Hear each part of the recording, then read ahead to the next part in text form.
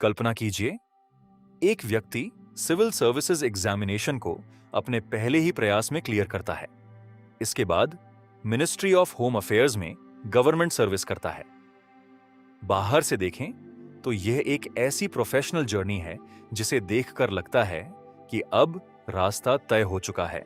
लेकिन फिर वही व्यक्ति गवर्नमेंट सर्विस छोड़ देता है और वापस टीचिंग की दुनिया में लौट आता है। आखिर क्यों? क्या सिविल सर्विसेज की सफलता उसके लिए अंतिम मंजिल नहीं थी, या फिर उसके करियर की दिशा किसी और रास्ते पर जाने वाली थी? जी हां, हम बात कर रहे हैं विकास दिव्यकीर्ति की। एक ऐसी बायोग्राफी जिसे सिर्फ सिविल सर्विसेज क्लियर करने की कहानी कहना अधूरा होगा, क्योंकि उनकी जर्नी में एक महत्वपूर्ण मोड़ वह नहीं था जब उन्होंने परीक्षा पास की, बल्कि वह था जब सफलता हासिल करने के बाद उन्होंने अपना रास्ता बदलने का फैसला किया। साल 1996 में सिविल सर्विसेज एग्जामिनेशन क्लियर करने के बाद उन्होंने मिनिस्ट्री ऑफ होम अफेयर्स में 1 साल गवर्नमेंट सर्विस की। लेकिन इसके बाद उन्होंने सर्विस छोड़कर टीचिंग में वापसी की और फिर 1999 में दृष्टि आईएएस की स्थापना की। यहीं से एक नई कहानी शुरू होती है, एक ऐसी कहानी जिसमें एक व्यक्ति पहले खुद सिविल सर्विसेज की परीक्षा पास करता है, फिर गवर्नमेंट सर्विस का अनुभव लेता है और उसके बाद उसी एजुकेशन फील्ड में वापस आता है जिससे उसकी एकेडमिक और प्रोफेशनल जर्नी जुड़ी रही थी। यह ऑडियो बुक थोड़ी लंबी होने वाली है, क्योंकि विकास दिव्यकीर्ति की पूरी प्रोफेशनल जर्नी को केवल कुछ घटनाओं में समेटना आसान नहीं है। इसलिए अगर अभी आपके पास पूरा समय नहीं है तो इस ऑडियो बुक को सेव कर लीजिए, ताकि आप इसे बाद में अपनी सुविधा के अनुसार पूरा सुन सकें। लेकिन इस कहानी को आगे बढ़ाने से पहले एक सवाल याद रखिए। आखिर एक व्यक्ति जिसने सिविल सर्विसेज अपने पहले ही प्रयास में क्लियर की और गवर्नमेंट सर्विस में काम किया, उसने उस रास्ते को छोड़कर टीचिंग को क्यों चुना? इस सवाल का पूरा जवाब हमारे पास उपलब्ध करंट रिसर्च में डॉक्यूमेंटेड नहीं है, लेकिन उनका फैसला डॉक्यूमेंटेड है। और शायद इसी वजह से उनकी कहानी का सबसे दिलचस्प हिस्सा उनकी सफलता नहीं, बल्कि सफलता के बाद लिया गया वह फैसला है जिसने उनकी पूरी प्रोफेशनल जर्नी की दिशा बदल दी। तो चलिए वापस उस एकेडमिक जर्नी की ओर चलते हैं, जहां से इस कहानी की प्रोफेशनल नींव को समझना शुरू किया जा सकता है। अध्याय 1, वह एकेडमिक जर्नी जिसने नींव तैयार की। किसी भी व्यक्ति की प्रोफेशनल जर्नी को समझने के लिए सिर्फ यह देखना काफी नहीं होता कि उसने आखिर हासिल क्या किया। यह देखना भी जरूरी होता है कि उसकी शुरुआत किस तरह की एकेडमिक फाउंडेशन से हुई। विकास दिव्यकीर्ति की जर्नी में एजुकेशन और टीचिंग का एक महत्वपूर्ण स्थान दिखाई देता है। उनकी एकेडमिक बैकग्राउंड का एक प्रमुख हिस्सा हिंदी लिटरेचर से जुड़ा रहा। इसके साथ ही उनकी पढ़ाई में सोशियोलॉजी, फिलॉसफी, लॉ और मैनेजमेंट जैसे विषयों का भी उल्लेख मिलता है। और हिंदी लिटरेचर में उन्होंने पीएचडी भी पूरी की। यह एकेडमिक बैकग्राउंड उनकी कहानी का इसलिए महत्वपूर्ण हिस्सा है क्योंकि आगे चलकर उनकी प्रोफेशनल जर्नी में टीचिंग एक केंद्रीय भूमिका निभाने वाली थी। उन्होंने दिल्ली यूनिवर्सिटी में असिस्टेंट प्रोफेसर के रूप में काम किया। यानी उनकी प्रोफेशनल जर्नी में टीचिंग कोई अचानक आया हुआ मोड़ नहीं था। एजुकेशन से उनका एक डॉक्यूमेंटेड प्रोफेशनल कनेक्शन पहले से मौजूद था। लेकिन अभी कहानी का सबसे महत्वपूर्ण हिस्सा सामने नहीं आया था, क्योंकि एक तरफ एकेडमिक और टीचिंग का यह रास्ता था और दूसरी तरफ सिविल सर्विसेज का रास्ता। एक ऐसी परीक्षा जिसे क्लियर करने के बाद उनकी प्रोफेशनल जर्नी गवर्नमेंट सर्विस की ओर बढ़ने वाली थी। और साल 1996 में उन्होंने सिविल सर्विसेज एग्जामिनेशन को अपने पहले ही प्रयास में क्लियर कर लिया। यह उनकी जर्नी का एक महत्वपूर्ण टर्निंग पॉइंट था, क्योंकि अब उनके सामने टीचिंग और एकेडमिक्स के साथ साथ गवर्नमेंट सर्विस का एक नया प्रोफेशनल चैप्टर खुल चुका था। उन्होंने मिनिस्ट्री ऑफ होम अफेयर्स में 1 साल काम किया, लेकिन यहीं से उनकी कहानी एक दिलचस्प सवाल खड़ा करती है। अगर टीचिंग और एकेडमिक्स उनकी प्रोफेशनल जर्नी का हिस्सा थे और सिविल सर्विसेज क्लियर करने के बाद गवर्नमेंट सर्विस का रास्ता भी उनके सामने था, तो आगे उन्होंने किस रास्ते को चुना? क्या उन्होंने गवर्नमेंट सर्विस को अपना लॉन्ग टर्म करियर बनाया, या फिर उनकी जर्नी एक बार फिर टीचिंग की ओर लौटने वाली थी? यह सवाल इसीलिए महत्वपूर्ण है क्योंकि आगे जो फैसला उन्होंने लिया वही उनकी बायोग्राफी का सबसे बड़ा टर्निंग पॉइंट बनने वाला था। सिविल सर्विसेज एग्जामिनेशन क्लियर करना एक उपलब्धि थी। गवर्नमेंट सर्विस में काम करना उनके करियर का अगला पड़ाव था। लेकिन इसके बाद उन्होंने गवर्नमेंट सर्विस छोड़ दी और यहीं से उनकी कहानी का अगला अध्याय शुरू होता है। एक ऐसा अध्याय जहां सवाल यह नहीं रह जाता कि उन्होंने क्या हासिल किया, बल्कि सवाल यह बन जाता है उन्होंने हासिल करने के बाद क्या चुना। अध्याय 2, 1996, सिविल सर्विसेज और गवर्नमेंट सर्विस। अब तक हमने उनकी एकेडमिक जर्नी और टीचिंग से जुड़े प्रोफेशनल बैकग्राउंड को देखा, लेकिन साल 1993 में उनकी जिंदगी में एक ऐसा बदलाव आया जिसने उनके करियर को एक नई दिशा दी। डॉक्टर विकास दिव्यकीर्ति ने सिविल सर्विसेज एग्जामिनेशन अपने पहले ही प्रयास में क्लियर कर लिया। यह उनकी प्रोफेशनल जर्नी की एक महत्वपूर्ण उपलब्धि थी क्योंकि अब उनके सामने गवर्नमेंट सर्विस का रास्ता खुल चुका था। उन्होंने मिनिस्ट्री ऑफ होम अफेयर्स में काम किया। एक ऐसे व्यक्ति के लिए जिसकी एकेडमिक और प्रोफेशनल जर्नी का एक हिस्सा टीचिंग से जुड़ा रहा था, अब गवर्नमेंट सर्विस का अनुभव एक बिल्कुल अलग प्रोफेशनल एनवायरनमेंट था। लेकिन यह चैप्टर बहुत लंबा नहीं चला।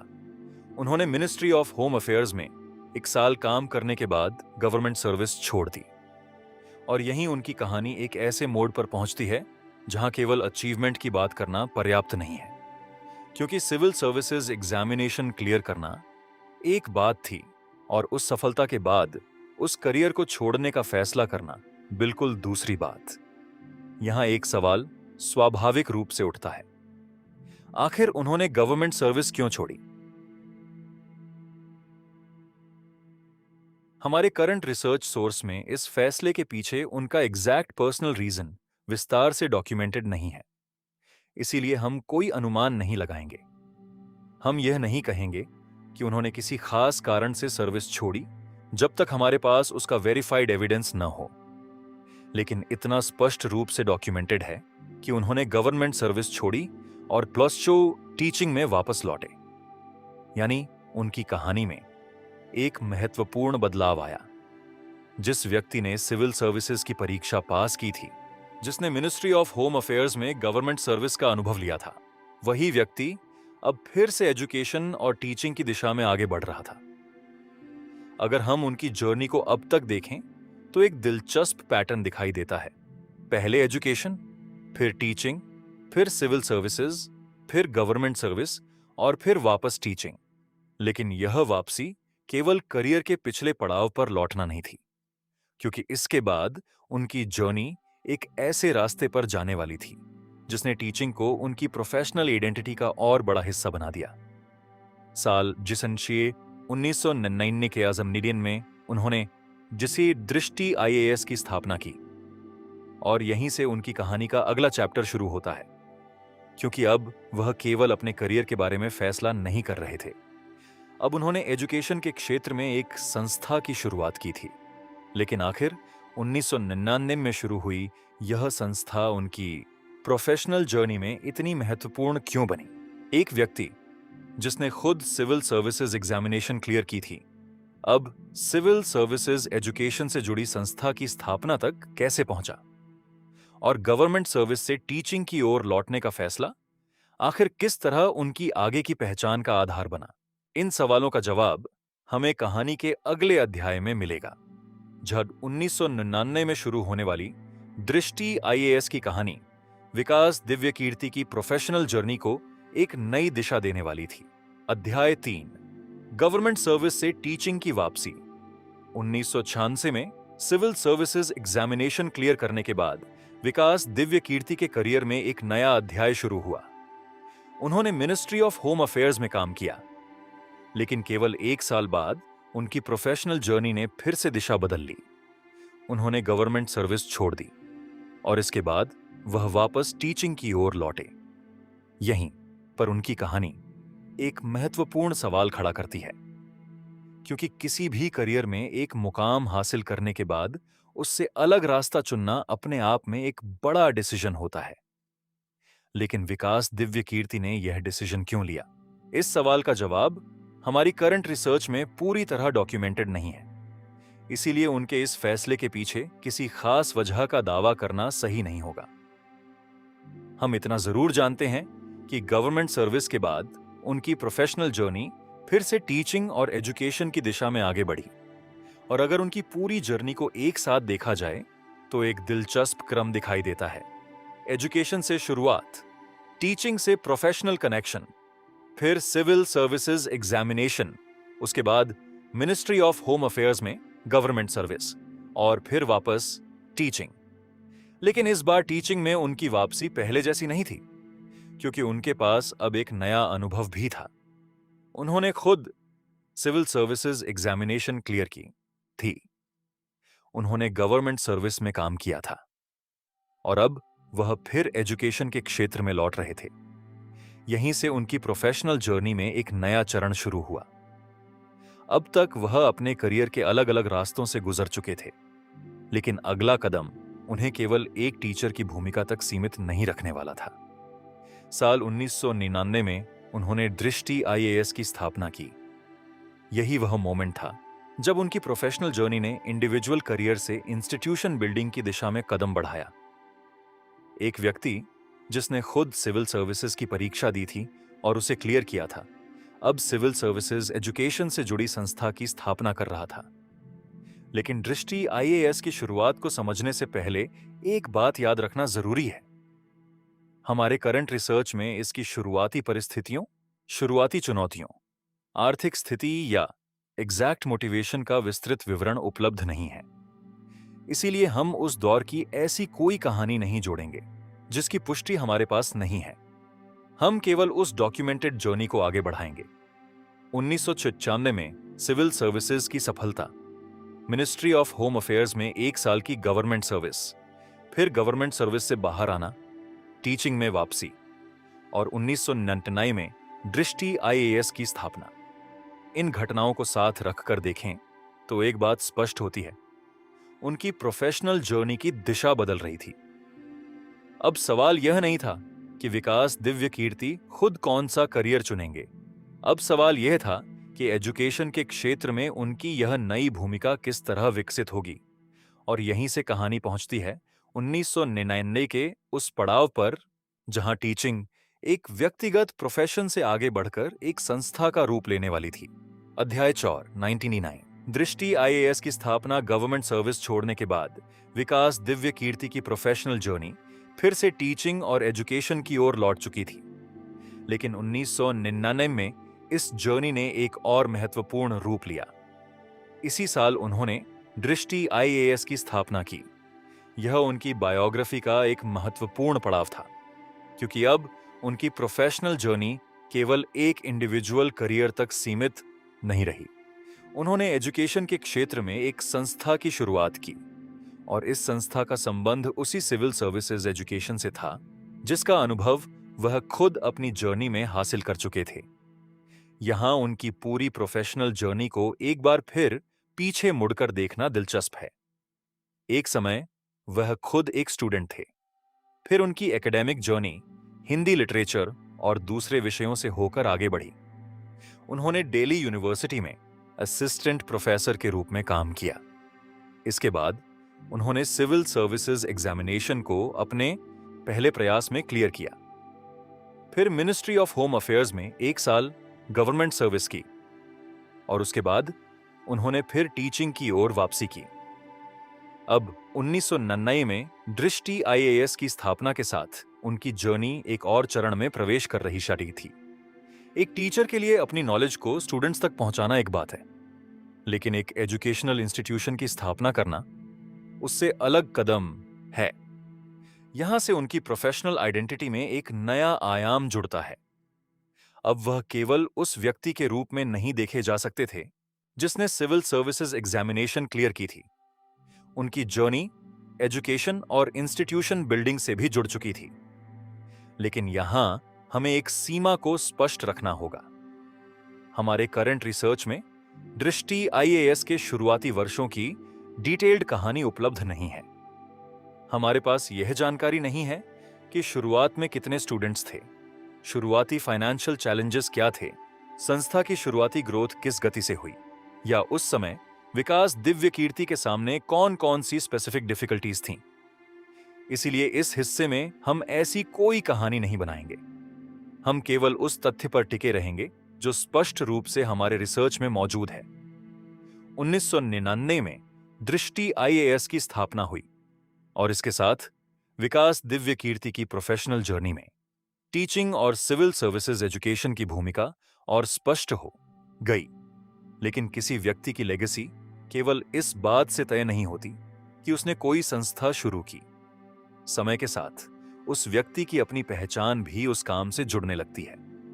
और विकास दिव्य कीर्ति की कहानी में अगला सवाल यही है, एक फॉर्मर सिविल सर्वेंट और एकेडमिक बैकग्राउंड वाले व्यक्ति की पहचान धीरे धीरे एक एजुकेटर के रूप में कैसे स्थापित हुई। उनकी जर्नी में सिविल सर्विसेज का अनुभव, एकेडमिक बैकग्राउंड और टीचिंग किस तरह एक साथ दिखाई देते हैं। यहीं से हमारी कहानी अपने अगले पड़ाव की ओर बढ़ती है, क्योंकि अब सवाल केवल यह नहीं है कि दृष्टि आईएएस कब शुरू हुई। सवाल यह है कि इस पूरी जर्नी ने विकास दिव्य कीर्ति की पहचान को किस रूप में आकार दिया। अध्याय 5, एक शिक्षक से एक पहचान तक। 1999 में दृष्टि आईएएस की स्थापना के साथ विकास दिव्य कीर्ति की प्रोफेशनल जर्नी एक नए चरण में प्रवेश कर चुकी थी। लेकिन उनकी कहानी को केवल एक संस्था की स्थापना तक सीमित करके देखना भी अधूरा होगा, क्योंकि उनकी पूरी जर्नी में एक चीज बार बार सामने आती है, एजुकेशन और टीचिंग। उनकी एकेडमिक बैकग्राउंड हिंदी लिटरेचर से जुड़ी रही। उन्होंने हिंदी लिटरेचर में पीएचडी की। उनकी पढ़ाई में सोशियोलॉजी, फिलॉसफी, लॉ और मैनेजमेंट जैसे विषयों का भी उल्लेख मिलता है। उन्होंने दिल्ली यूनिवर्सिटी में असिस्टेंट प्रोफेसर के रूप में काम किया, फिर सिविल सर्विसेज एग्जामिनेशन को अपने पहले ही प्रयास में क्लियर किया। मिनिस्ट्री ऑफ होम अफेयर्स में 1 साल गवर्नमेंट सर्विस की और उसके बाद वापस टीचिंग की ओर लौटे। इस पूरी जर्नी को एक साथ देखें तो डेवलपमेंट की दिशा साफ दिखाई देती है। एक एकेडमिक बैकग्राउंड से शुरुआत हुई, फिर टीचिंग का अनुभव आया, फिर सिविल सर्विसेज और गवर्नमेंट सर्विस का अनुभव जुड़ा और अंततः टीचिंग और सिविल सर्विसेज एजुकेशन की दिशा में एक इंस्टीट्यूशन की स्थापना हुई। यही कॉम्बिनेशन उनकी प्रोफेशनल आइडेंटिटी को समझने के लिए महत्वपूर्ण है, क्योंकि वह केवल एकेडमिक बैकग्राउंड वाले व्यक्ति नहीं थे। उनके पास सिविल सर्विसेज का अनुभव भी था और केवल सिविल सर्विसेज क्लियर करने वाले व्यक्ति भी नहीं थे। उन्होंने टीचिंग को अपने करियर का एक महत्वपूर्ण हिस्सा बनाया और 1999 में दृष्टि आईएएस की स्थापना की। लेकिन यहां एक सवाल फिर सामने आता है, क्या उनकी पूरी जर्नी को केवल अचीवमेंट्स की सूची के रूप में देखा जाना चाहिए? अगर हम ऐसा करते हैं तो शायद उनकी कहानी का सबसे महत्वपूर्ण हिस्सा छूट जाएगा। उनकी जर्नी में एक ऐसा डिसीजन था जिसने आगे की दिशा बदल दी। उन्होंने गवर्नमेंट सर्विस छोड़ी और टीचिंग की ओर लौटे। उस डिसीजन के पीछे उनका एग्जैक्ट पर्सनल रीजन हमारे करंट रिसर्च में डॉक्यूमेंटेड नहीं है, लेकिन डिसीजन का परिणाम स्पष्ट है।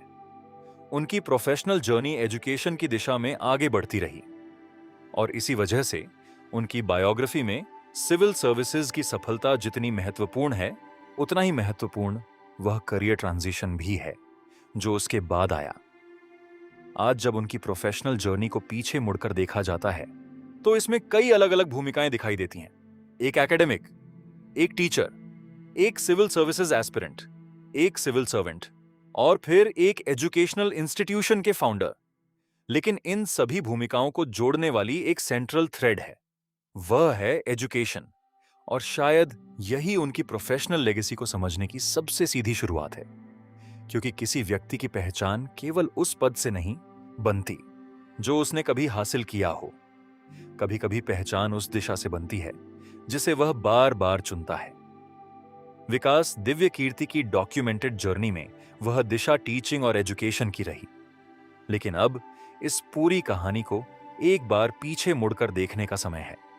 एक ऐसी जर्नी जो एकेडमिक बैकग्राउंड से शुरू हुई, सिविल सर्विसेज तक पहुंची, गवर्नमेंट सर्विस से गुजरी और फिर वापस टीचिंग की ओर लौटकर एक इंस्टीट्यूशन की स्थापना तक पहुंची। तो आखिर इस पूरी जर्नी की सबसे बड़ी लेगेसी क्या है? और क्या किसी व्यक्ति की सबसे बड़ी सफलता वह होती है जो उसने हासिल की, या वह फैसला जो उसने अपनी सफलता के बाद लिया? यही सवाल हमें इस कहानी के अंतिम पड़ाव तक लेकर जाता है। विकास दिव्यकीर्ति की पूरी प्रोफेशनल जर्नी को अगर एक साथ देखा जाए तो यह कई अलग अलग पड़ावों से होकर गुजरती दिखाई देती है। एकेडमिक बैकग्राउंड, हिंदी लिटरेचर में हायर स्टडीज और पीएचडी, दिल्ली यूनिवर्सिटी में असिस्टेंट प्रोफेसर के रूप में टीचिंग, फिर 1996 में सिविल सर्विसेज एग्जामिनेशन को अपने पहले ही प्रयास में क्लियर करना, इसके बाद मिनिस्ट्री ऑफ होम अफेयर्स में 1 साल गवर्नमेंट सर्विस और फिर गवर्नमेंट सर्विस छोड़कर वापस टीचिंग की ओर लौटना। इसके बाद 1999 में दृष्टि आईएएस की स्थापना।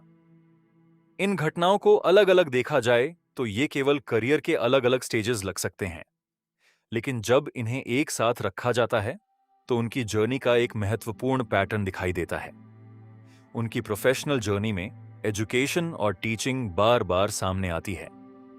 सिविल सर्विसेज की सफलता उनकी जर्नी की एक बड़ी उपलब्धि थी। गवर्नमेंट सर्विस उसका अगला पड़ाव था, लेकिन गवर्नमेंट सर्विस के बाद टीचिंग में वापस लौटना एक महत्वपूर्ण करियर डिसीजन था और उस डिसीजन के बाद 1999 में दृष्टि आईएएस की स्थापना उनकी जर्नी को एक नए डायरेक्शन में ले गई। हम यह निश्चित रूप से नहीं कह सकते कि गवर्नमेंट सर्विस छोड़ने के पीछे उनका व्यक्तिगत कारण क्या था, क्योंकि हमारे करंट रिसर्च में उसका डिटेल्ड एक्सप्लेनेशन उपलब्ध नहीं है।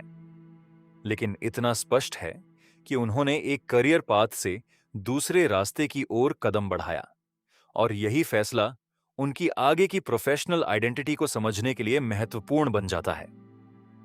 उनकी कहानी को केवल सिविल सर्विसेज की सफलता की कहानी कहना इसीलिए अधूरा होगा, क्योंकि सिविल सर्विसेज क्लियर करने के बाद उनकी कहानी खत्म नहीं हुई थी।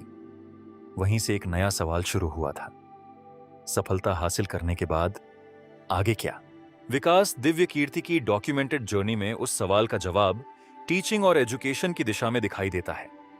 एक एकेडमिक बैकग्राउंड से शुरू हुई जर्नी सिविल सर्विसेज तक पहुंची, सिविल सर्विसेज से गवर्नमेंट सर्विस तक गई और फिर वापस टीचिंग की ओर लौटकर 1999 में दृष्टि आईएएस की स्थापना तक पहुंची।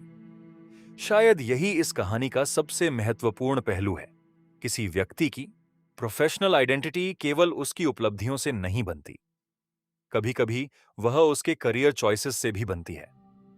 और विकास दिव्यकीर्ति की जर्नी में सबसे महत्वपूर्ण चॉइसेस में से एक था गवर्नमेंट सर्विस से टीचिंग की ओर लौटना, फिर टीचिंग को एक इंस्टीट्यूशन के रूप में आगे बढ़ाना। आज उनकी प्रोफेशनल जर्नी को देखते हुए कई अलग अलग भूमिकाएं एक साथ दिखाई देती हैं। Academic, teacher, civil services aspirant, civil servant और एजुकेशनल इंस्टीट्यूशन के फाउंडर। लेकिन इन सभी भूमिकाओं के बीच एक कॉमन थ्रेड दिखाई देती है, एजुकेशन। और शायद यही उनकी प्रोफेशनल लेगेसी को समझने की सबसे उपयुक्त शुरुआत है, क्योंकि आखिर में सवाल सिर्फ यह नहीं है कि उन्होंने क्या हासिल किया, सवाल यह भी है कि उन्होंने अपनी सफलता के बाद कौन सा रास्ता चुना। और शायद यही किसी भी बायोग्राफी का सबसे दिलचस्प सवाल होता है। क्या हमारी सबसे बड़ी पहचान उस मंजिल से बनती है जहां हम पहुंचते हैं, या उस फैसले से जो हम उस मंजिल पर पहुंचने के बाद लेते हैं? विकास दिव्यकीर्ति की कहानी इस सवाल को खुला छोड़ देती है और शायद यही इस जर्नी की सबसे दिलचस्प बात है।